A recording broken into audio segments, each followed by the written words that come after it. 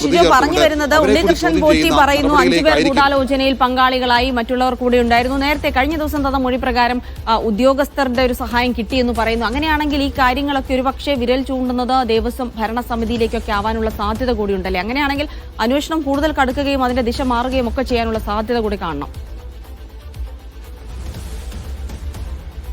സ്വാഭാവികമായിട്ടും അത്തരത്തിലേക്ക് തന്നെ ആയിരിക്കും അന്വേഷണം പോവുക. ഇതിനകത്ത് മറ്റൊരു കാര്യങ്ങൾ കൂടിയുണ്ട്. അതായത് ഈ പറയുന്ന ശ്രീകോവിലിന് സമീപത്തെ കട്ടിളപ്പാളികൾ സ്വർണ്ണം പൂശാൻ വേണ്ടി കൊണ്ടുപോയപ്പോൾ അത് തിരികെ കൊണ്ടുവച്ചതിനകത്ത് തനിക്ക് കുറച്ച് സാമ്പത്തിക നഷ്ടമുണ്ടായിട്ടുണ്ട് എന്നുള്ള കാര്യങ്ങൾ പോറ്റി തുറന്ന് സമ്മതിക്കുന്നുണ്ട്. അതായത് ആദ്യഘട്ടത്തിൽ ഈ പറയുന്ന സ്വർണ്ണം പൂശാൻ വേണ്ടി കൊണ്ടുപോകുന്നു, അങ്ങനെ തനിക്ക് കുറച്ച് സാമ്പത്തിക നഷ്ടമുണ്ടാകുന്നു. അതിനുശേഷം ദ്വാരപാലക ശില്പത്തിലെ പറയുന്ന സ്വർണ്ണപ്പാളി സ്വർണ്ണം പൂശാൻ വേണ്ടി കൊണ്ടുപോയപ്പോഴാണ് അതിൽ നിന്ന് ഈ പറയുന്ന രീതിയിലുള്ള വലിയ തരത്തിലുള്ള ക്രമക്കേട് നടത്തിയത്. അങ്ങനെ പോറ്റി ഏതാണ്ട് 2 കിലോയോളം സ്വർണം ശബരിമലയിൽ നിന്ന് കൈക്കലാക്കിയിട്ടുണ്ട് എന്നുള്ള കാര്യം SIT കണ്ടെത്തിയിട്ടുണ്ട്. താനൊരു ചെറിയ കണ്ണിയാണ് എന്ന് മാത്രമാണ് പോറ്റി ഇപ്പോൾ പറഞ്ഞിരിക്കുന്നത്. 2 കിലോ സ്വർണം മാത്രമേ സാറേ ഞാൻ എടുത്തിട്ടുള്ളൂ, ബാക്കിയൊക്കെ എടുത്തത് മറ്റുള്ള ആളുകളാണ്, അത് മറ്റുള്ള ഉദ്യോഗസ്ഥരാണ് എന്നുള്ളതാണ് പോറ്റി പറഞ്ഞു വെക്കുന്നത്. അപ്പോൾ അതിലേക്ക് കൂടി പറയുമ്പോൾ സ്വാഭാവികമായിട്ടും കഴിഞ്ഞ കാലങ്ങളിൽ ശബരിമലയുടെ ഭരണസമിതിയിൽ ഉണ്ടായിരുന്ന ആളുകൾ ആരൊക്കെയാണോ ദേവസ്വം പ്രസിഡന്റുമാരായിട്ടിരുന്ന ആളുകളിലേക്ക് അന്വേഷണം പോകും.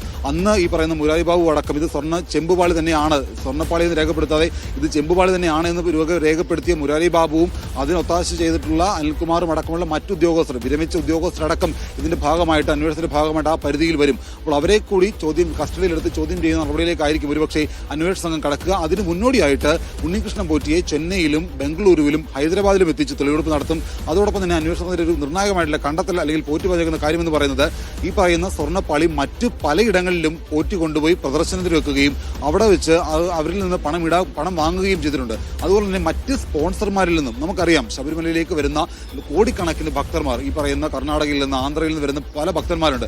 അവരിപ്പോൾ പലതരത്തിലുള്ള സഹായങ്ങൾ ശബരിമലയിലേക്ക് ചെയ്യും. അവർ സ്പോൺസറായിട്ട് നൽകുന്ന തുക പോലും പോറ്റി സ്വന്തമായി വകമാറ്റിയിട്ടുണ്ട് എന്നുള്ള കാര്യങ്ങൾ കൂടി SIT കണ്ടെത്തിയിട്ടുണ്ട്. അപ്പോൾ അന്വേഷണം വലിയ തരത്തിൽ വ്യാപിക്കുകയാണ്. പല ആളുകളും ഇതിന്റെ ഭാഗമായി കുടുങ്ങും. താനൊരു ചെറിയ മീൻ മാത്രമാണ് എന്നുള്ള കാര്യമാണ് പോറ്റി പറഞ്ഞിരിക്കുന്നത്. അപ്പോൾ വലിയ മീനുകൾ ആരൊക്കെയാണ് എന്നുള്ളതൊക്കെ വരും ദിവസങ്ങളിൽ കൃത്യമായിട്ട് നമുക്ക് കണ്ടെത്താൻ കഴിയും.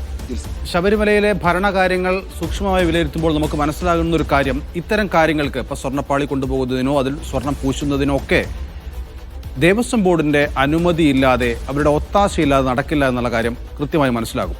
സ്വാഭാവികമായും പോറ്റിയുടെ ഈ ശ്രമങ്ങൾക്ക് പിന്നിൽ അല്ലെങ്കിൽ ഗൂഢാലോചനയ്ക്ക് പിന്നിൽ ദേവസ്വം ബോർഡിന്റെ കൈകൾ കൂടി ഉണ്ട് എന്നുള്ളത് നമുക്ക് സാധാരണക്കാർക്ക് പോലും വ്യക്തമായ സൂചന ലഭിക്കുന്നുണ്ട്. അപ്പോൾ അങ്ങനെ വരുമ്പോൾ ഈ അന്വേഷണം 1.5 മാസം കൊണ്ട് തീർക്കേണ്ട അന്വേഷണമാണ്. വളരെ പെട്ടെന്ന് തന്നെ ദേവസ്വം ബോർഡിലേക്ക് അന്വേഷണം എത്തുമെന്നുള്ള സൂചന ലഭിക്കുന്നുണ്ടോ?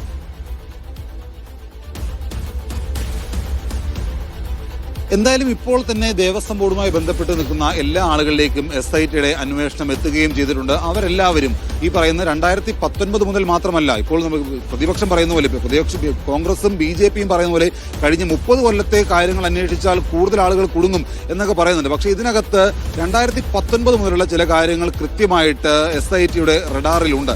നമുക്കറിയാം ദേവസ്വം ബോർഡിന്റെ അനുമതി മാത്രമല്ല, ഹൈക്കോടതിയുടെ കൂടി അനുമതി വേണം. ഹൈക്കോടതിയുടെ അനുമതി ഇല്ലാതെ ശബരിമലയിൽ നിന്ന് ഒരു തരത്തിലും ഈ പറയുന്ന സ്വർണ്ണപ്പാളികൾ പുറത്തേക്ക് കൊണ്ടുപോകാനോ അതിനകത്ത് ഒരു ഇടപെടൽ നടത്താനോ പാടില്ല. ഹൈക്കോടതിയുടെ അനുമതി പോലും ഇല്ലാതെയാണ് അവിടുന്ന് ഈ പറയുന്ന സ്വർണ്ണപ്പാളികൾ ചെന്നൈയിലേക്ക് കൊണ്ടുപോയത്. ചെന്നൈയിലേക്ക് കൊണ്ടുപോകുന്നതിന് മുൻപ് തന്നെ ഈ പറയുന്ന ഹൈദരാബാദിലേക്കും ബംഗളൂരുവിലേക്കും ഒക്കെ കൊണ്ടുപോയിരുന്നു. അപ്പോൾ അതിനുശേഷമാണ് ചെന്നൈയിലേക്ക് എത്തിച്ചത്. അതിനകത്ത് ഗൂഢാലോചന ഉണ്ടായിട്ടുണ്ട്.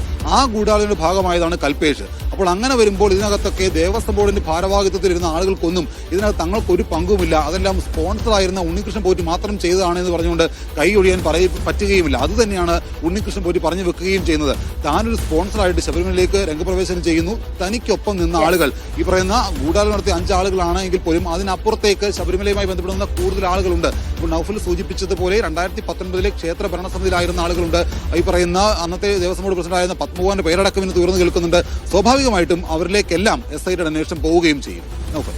ശരി ഷിജു, അങ്ങനെ അന്വേഷണത്തിന്റെ നാൾവഴികൾ ഇങ്ങനെ പിന്നിടുമ്പോൾ ഇനി ഇത് എവിടേക്കൊക്കെ ചെന്നെത്തു? 2 കിലോ സ്വർണം മാത്രമേ തനിക്ക് ലഭിച്ചിട്ടുള്ളൂ പാവം പോറ്റി പറയുന്നു. 2 കിലോ സ്വർണത്തിന്റെ വിലയൊന്ന് ആലോചിച്ച് നോക്കല്ലേ. ഒരു പവന്റെ വില തന്നെ 1 ലക്ഷത്തിലേക്ക് എത്തിക്കൊണ്ടിരിക്കുക. അപ്പോഴാണ് എനിക്ക് 2 കിലോ മാത്രമേ കിട്ടിയിട്ടുള്ളൂ. കാരണം നമ്മുടെ ഒരു പ്രേക്ഷകൻ പറയുന്നുണ്ട്, ഷാജി പോറ്റി ആദ്യ ദിവസം പത്രക്കാരോട് സംസാരിക്കുമ്പോൾ എന്തൊരു ആത്മവിശ്വാസമായിരുന്നു അല്ലേ? അതങ്ങനെ നേരത്തെ നമുക്ക് അതുപോലെ അനുഭവങ്ങളുണ്ട്. ഇപ്പൊ നമുക്കറിയാം